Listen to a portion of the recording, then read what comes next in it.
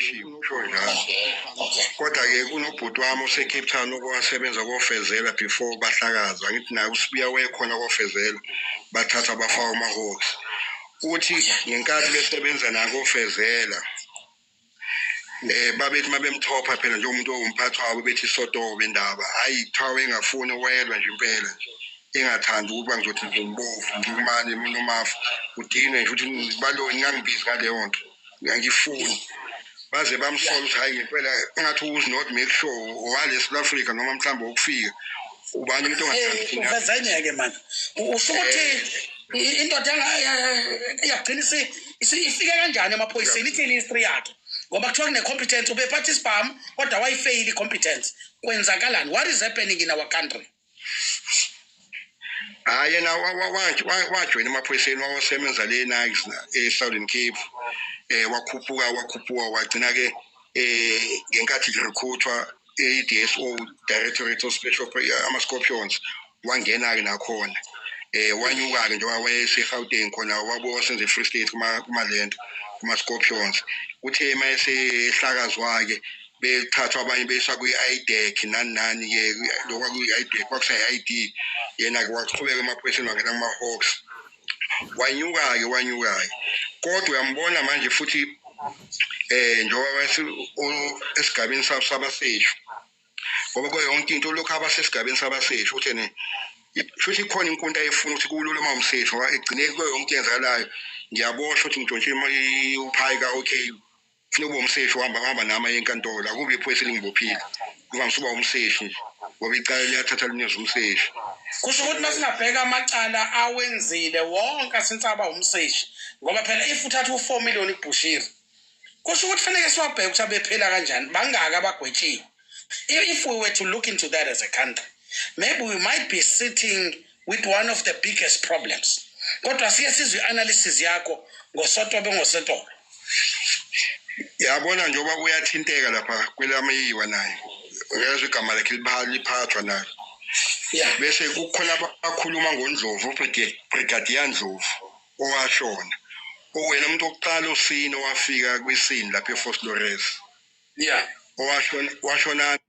mysterious circumstances akwazi noma waphoyisnishwa noma kanjani owalandela lapho umfazi wakhe wadutshwa uhamba ngemoto umfazi kaNdlovu and uyabona manje ukushona kwaNdlovu ekade engakafakazi ecaleni lelameyiwa bese nonkosikazi wakhe adutshulwe angithi kufuna abantu baphenyele lo daba lolo abaseshi ubani ophethe abaseshi bafola ngaphansi kwaSibiya lento ebengizama ukuyichachisa ukuthi uba strategic kwakhe ukuthi afuna ukuba umseshi angabheke olunye uhlangothi ukhona into eyichazayo ukuthi wene control lapho ngoba noma sebuyiswe enkantolo eliwini icala lakhe njengoba egxishiwe indaba ukuthi benodramati ababephethe ama-Hawks bahambisa abantu bashushumbisa abantu baseZimbabwe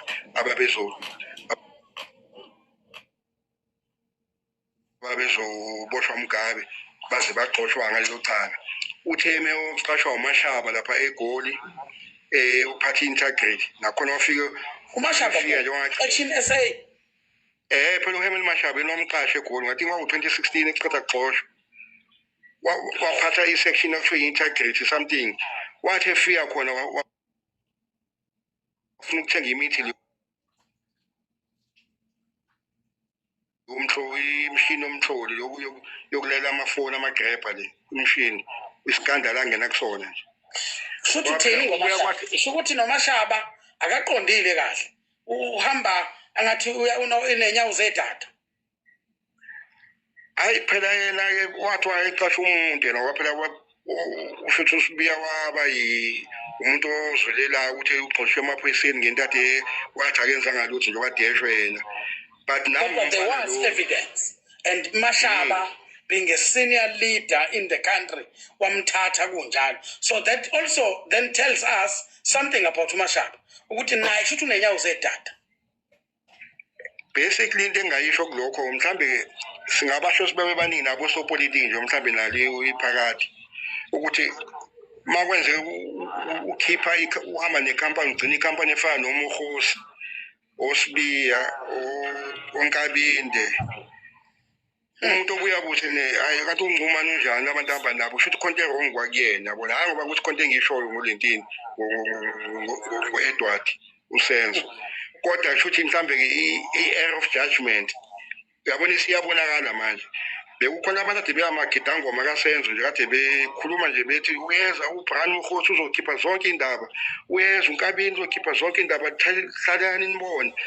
uma nje bacashile abantu bazothingwa manje bayabotha engathi umuntu ebesimthwele ngeqhoma hayi akho lutho la igobondo leli so ke kuba nalokho uthene ukhona ukuthi drop igama futhi ukusenza igama lomuntu ngicabanga ukuthi ube i-victim yaleyo nto umchunu uthi igama lakhe lisetshenziswe kabuhlungu njengoba eshela uBrian uthene ubekashintshe ukuthi uma ngithumela imessage ayishintshe imessage afake igama lami phezulu kube ngathi ngithi hayi iphuma kubaloyi lento encumane uyabona kanti usethatha wayishintsha lento so ke ube i-victim yalento wena uMacingwane into engayisho the same thing mhlawumbe engasho nangayo lo uMashaba uthi osopolitiki sometimes they are too trusting kwesinye isikhathi yabona that's how they get misled Okay.